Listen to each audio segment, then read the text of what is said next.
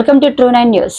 విశాఖపట్నం కేంద్ర ప్రభుత్వం అనుసరిస్తున్న కార్మిక వ్యతిరేక విధానాలకు వ్యతిరేకంగా వైజాగ్ స్టీల్ ప్లాంట్ లో జాతీయ స్టీల్ సంఘీభావ దినోత్సవం జరిగింది.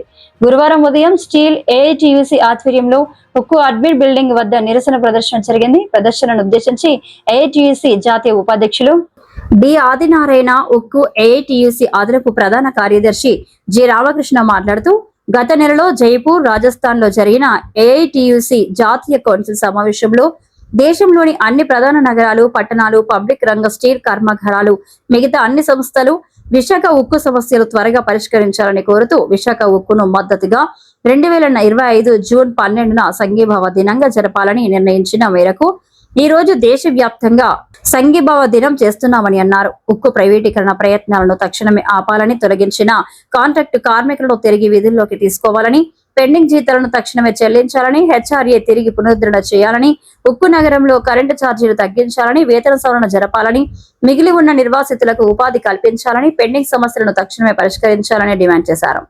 ఈ సంఘీభావ ప్రదర్శనలో A Maseen Rao, Dokka Narasimharao, S Mohan Babu, Bhaskar Naidu, A Sivaramakrishna, T Kanakaraju, Cheekati Srinivas, TSN BML Naidu, BS Chalapathirao, Indala Siva, మంత్రి రవి, ధర్మాల అప్పలరెడ్డి పాల్గొన్నారు. చెల్లించాలి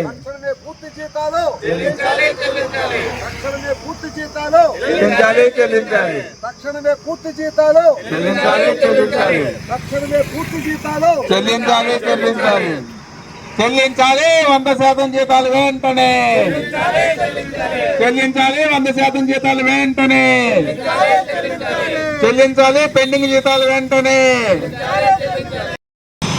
60 సంవత్సరాల పోరాట చరిత్ర కలిగినటువంటి విశాఖ ఉక్కుని ప్రాణత్యాగాలు, భూత్యాగాలు, నిర్మాణంలోనే అనేక మంది ఆహుతులయ్యారు. స్టీల్ ప్లాంట్ కార్మికులు అహిర్నిశాల అనేక త్యాగాలతోనే అదనపు గంటలు కూడా పనిచేసి విశాఖ ఉక్కు కర్మాగారాన్ని అభివృద్ధి పదంలో నడిపి 7.3 మిలియన్ టన్స్ ఇవాళ టర్నోవర్ చేసినటువంటి కంపెనీ, అప్పులు తీర్చినటువంటి కంపెనీని ఇవాళ కేంద్రంలోని ప్రభుత్వం 4.5 సంవత్సరాల కిందటే దీన్ని పూర్తిగా అమ్మేస్తాం, మూసేస్తామన్నారు. కానీ విశాఖ ప్రజలు కానీ మన స్టీల్ ప్లాంట్ కార్మిక వర్గం, ఈ రాష్ట్ర ప్రజలు ఇప్పటి వరకు పెద్ద ఎత్తున పోరాటాలు చేస్తే ఇవాళ రాష్ట్రంలో వచ్చేటువంటి కూటమి ప్రభుత్వం, కేంద్రం ప్రభుత్వంతో సరైనటువంటి సంప్రదింపులు చేయకపోవడం ఏంటంటే, భారతదేశంలో స్వతంత్రం వచ్చిన తర్వాత కానీ, స్వతంత్రం రాకముందు కానీ ఏ ప్రభుత్వ రంగ పరిశ్రమలోని కూడా ఇటువంటి ఇంక్రీజ్డ్ క్యాపిటల్ రీఇన్వెస్ట్మెంట్ అనమాట. అంటే ఇంక్రీజ్డ్ క్యాపిటల్ రీఇన్వెస్ట్మెంట్ దీంట్లో ప్రధానంగా కార్మికులను తొలగించాలన్నమాట. 5,000 మంది కాంట్రాక్ట్ కార్మికులను తొలగించాలి, పర్మనెంట్ కార్మికులను 2,500 మందిని పంపించాలన్నమాట. ఇవాళ భారతదేశంలో ఏ ప్రభుత్వాలు కూడా, గత బీజేపీ ప్రభుత్వాలు కావచ్చు, కాంగ్రెస్ ప్రభుత్వాలు కావచ్చు, ఎన్డీఏ కూటములు కావచ్చు, కానీ ఇవాళ ఉన్నటువంటి కేంద్రంలో బీజేపీ ప్రభుత్వం increased capital reinvestment Visakhapatnam steel plant పేరు మీద తీవ్రమైనటువంటి అన్యాయం. భారతదేశంలో ఎక్కడైనా సరే ఓ ఫ్యాక్టరీ పెడితే కార్మికులకి ఉపాధి దొరుకుతుంది, ఆ పరిసర ప్రాంతాలన్నీ అభివృద్ధి చెందుతాయన్నమాట. దానికోసం విశాఖపట్నం స్టీల్ ప్లాంట్ కోసం 60 సంవత్సరాల త్యాగాన్ని ఇవాళ 6 నెలల కాలంలోనే కేంద్రంలో ఉన్నటువంటి బీజేపీ గవర్నమెంట్ ఈ రీఇన్వెస్ట్మెంట్ పేరు మీద 5,000 మంది కార్మికుల్ని ఇవాళ అర్ధాంతరంగా తొలగిస్తున్నారు. 2,500 మంది కాంట్రాక్ట్ కార్మికులు ఇంటికి పంపిస్తామన్నారు. పూర్తి స్థాయి ఉత్పత్తి చేస్తామని చెప్పేసి ఇప్పటికీ అనేక సార్లు చెప్పారనమాట. జిందాల్ అన్నారు, టాటా అన్నారు, వీళ్ళందరి దగ్గర నుంచి డబ్బులు తీసుకొని కూడా పూర్తి స్థాయి ఉత్పత్తి సాధించలేకపోయారు.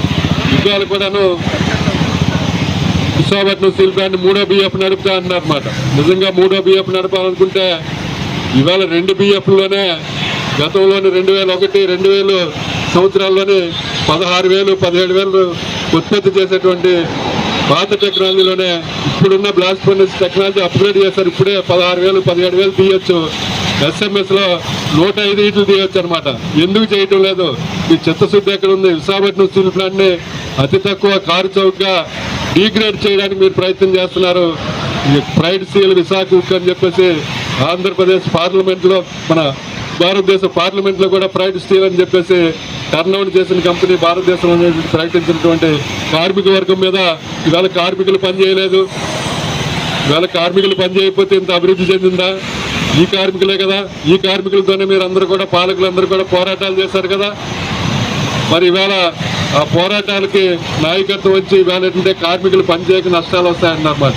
రమ్మనండి, చెప్పమనండి. ఈరోజు మేము రాష్ట్ర ప్రభుత్వాన్ని చెప్పాము స్పష్టంగా, నువ్వు స్పష్టమైనటువంటి అధికారిని టెక్నోక్రాట్ని నియమించండి. రాష్ట్ర ప్రభుత్వం తరఫున ఈ ప్లాంట్ 7.3 మిలియన్ టన్స్ సంవత్సరాల కాలంలోనే పూర్తి స్థాయి ఉత్పత్తి వస్తుందని చెప్తే దానికోసం చూడుకుంటాను మన స్టీల్ ప్లాంట్ని రోజు రోజుకి కూడా దిగజార్చేటువంటి పరిస్థితిని తీసుకొస్తున్నారు. అందరికీ ఆశించారనమాట. 2 నెలల్లోనే 3 నెలల్లోనే ఇది పరిష్కారం అయిపోద్ది, ప్లాంట్ లాభాల్లోకి వస్తాయని ఇంకా నమ్మిస్తున్నారు అనమాట. ఏ రకంగా వస్తుంది ఈ లోన్ని, ఈ రకంగా వడ్డీలని రద్దు చేసి, అందుకే మన all India trade union Congress Visakha ఉక్కు కోసం అనేక త్యాగాలు చేస్తుంది. ఈ దేశవ్యాప్తంగా అన్ని రాష్ట్రాల్లోని అన్ని స్టీల్ ప్లాంట్లోని కూడాను సోలిడారిటీ డే ప్రకటించారు. ఈ దినం అనేది ప్రతి ఫ్యాక్టరీలోని రాష్ట్రంలోని అన్ని రాష్ట్రాల్లో కూడా డెమాన్స్ట్రేషన్లు ఇవన్నీ కూడా పెద్ద ఎత్తున పోరాటాలు జరుగుతున్నాయి. దీని తర్వాత కూడా దేశవ్యాప్తంగా ఐక్య పోరాటాలు చేసే విశాఖ ఉక్కుని ప్రభుత్వ రంగంలో కొనసాగించవలసిందే. ఈ కాంట్రాక్ట్ కార్మికులు ఇన్ఫ్యూజ్డ్ పెట్టుబడి ఏదైతే రివైవల్ ప్యాకేజ్ అన్నారో దాంట్లో కాంట్రాక్ట్ లేబర్ అనేది తగ్గించడం అనేది పూర్తిగా ఉపసంహరించుకొని ఉన్నటువంటి కాంట్రాక్ట్ వర్కర్లందరినీ కూడా పూర్తి స్థాయిలో తీసుకోవాలి. అలాగే 8,000 మంది నిర్వాసులకి ఈ రాష్ట్ర ప్రభుత్వం ఉపాధి సెక్యూరిటీ ఇస్తున్నారు. ఆ సెక్యూరిటీ కానీ కలగజేయకపోతే మటుకు ఈ రాష్ట్రంలోనే మళ్ళా ఈ దేశంలోనే విశాఖ ఉక్కులు భారతదేశంలోనే ఎక్కడా లేనటువంటి ప్రభుత్వ రంగ పరిశ్రమల్లోని ఇన్ఫ్యూజ్డ్ రీఇన్వెస్ట్మెంట్ అనేది పెట్టారు. అది ఇంకో పరిశ్రమలో జరగకూడదు. మన పరిశ్రమలో జరిగినటువంటి అన్యాయాన్ని మరొక ఫ్యాక్టరీకి వెళ్లకుండానే మనమే రాష్ట్రంలో ఉన్నటువంటి ఈ ఫ్యాక్టరీలో అన్ని ఫ్యాక్టరీలో కూడా ఐక్య ఉద్యమాలు చేయడానికి సందర్భంగా all India trade union Congress ఇచ్చిన పిలుపు మేరకు మీ అందరూ పాల్గొన్నందుకు అభినందనలు తెలియజేస్తూ నేను సెలవు తీసుకుంటున్నాను.